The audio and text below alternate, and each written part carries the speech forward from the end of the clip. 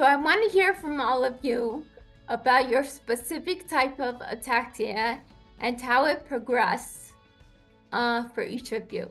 So Amanda, I'll start with you. Can you please tell us about your specific type of ataxia and how you've seen it change over time? I was diagnosed in 2018 with spinocerebellar ataxia type 6. I inherited it from my father, and over time, the I think the most significant change for me, because my background is in fitness and nutrition, I started a fitness and nutrition business in 2007, and was very, very active, getting up every day at 4 a.m. and working with clients all day long, and working out quite a bit myself.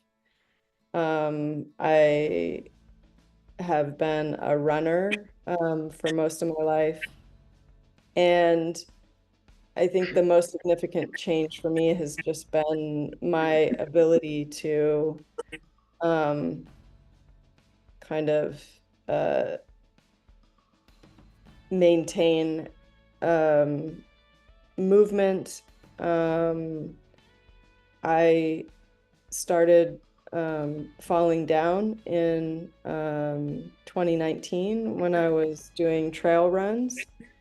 I used to also race road bikes, and I can no longer ride uh, bikes. Um, and um, it's also just affected my kind of day to day, in how much time I need to take, just trying to quiet my nervous system. Um, I'm currently not working, um, trying to find ways to help people like I used to, without the physically demanding work that I used to do. So hopefully that kind of answers your question a little bit. It is very early here for me, so. It is. Thank you for that answer, Amanda. Over to you, Valeria. What specific challenges do you face with your diagnosis? Wow, there's a lot of them. Specific challenges. Probably the hardest part for me was giving up everything. Was very athletic. I worked for a bank. I was an executive, so I had to give all that up. The driving, because my gait is horrible and my speech changes as the day gets longer. It's early here, so I haven't yapped all day.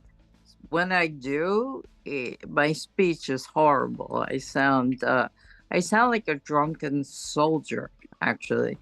And but as far as the challenges I have in life, I guess it's just getting around. Like, I used to not think of anything. I used to wake up in the morning and just go and do stuff. Now my brain has to tell my legs to move forward, or my arms. My tremors are harder than they used to be. They were um, more more relaxed, but I don't know if everybody experiences it, but I also get seizures. I haven't in a while now. They have me on the right medication, and I get migraines. Um, those are the things that have progressed through the years. When they had diagnosed me originally, it was 2001. They called it cerebellar degeneration, which I think is incorrect. I think I need a new study done a genetic study. The reason being is because it started with me. It's not hereditary at all. I keep losing connection. I apologize for that. I think I covered most of your question. Yes, I'm not you really sure, because sometimes, in my mind, I think I'm answering the question, and then I start talking, I go off a little bit, so I apologize. Valeria, you did perfectly. Thank you. Thank you. For your answer. George, over to you. If you can tell me about your experience with Friedreich's ataxia and how it has evolved for you. Yeah, I do share Valeria's point that the hardest really is not the condition itself, it's things you have to give up or how society treats you, because all of a sudden you're someone else. And the hardest for me was giving up working, and I was in academia. I was teaching and researching history of architecture. Loved it. Going to archaeological excavations all over the Mediterranean, looking at dig sites. Absolutely great. And now I cannot even imagine getting there at this stage. So my walking is obviously worse than it was 20 years ago. I got diagnosed about 10 years ago, which is quite late for Friedreich's, and it's been an interesting journey.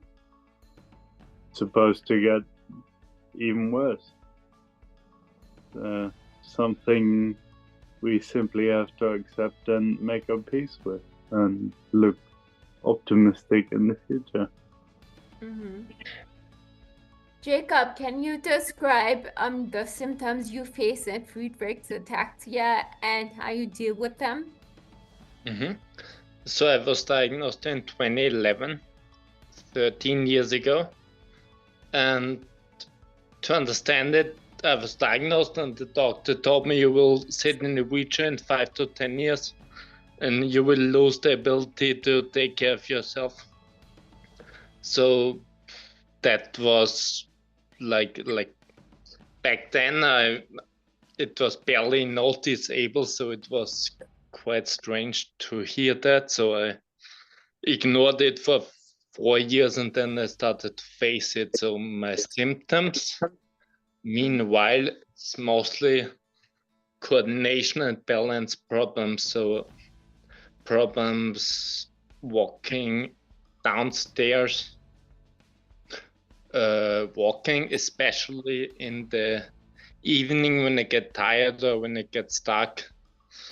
I have minor problems with hand motoric, a bit of speech, but it's not really stressing me. So that what I want to keep doing is walking, and what I work on is balance and walking. Yep. I voice all of you.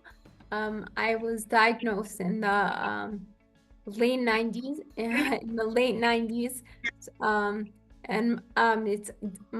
I was diagnosed with cerebellar ataxia. And this will bring me to my next question about current treatments that Valeria, you touched upon as well. I'll just go into, so I want to talk about the current treatments. So as we know, ataxia doesn't have a treatment that just suits everyone. So if I want to ask the panelists individually, what treatments have been effective for them and what challenges remain in finding proper care. So let me start with my answer.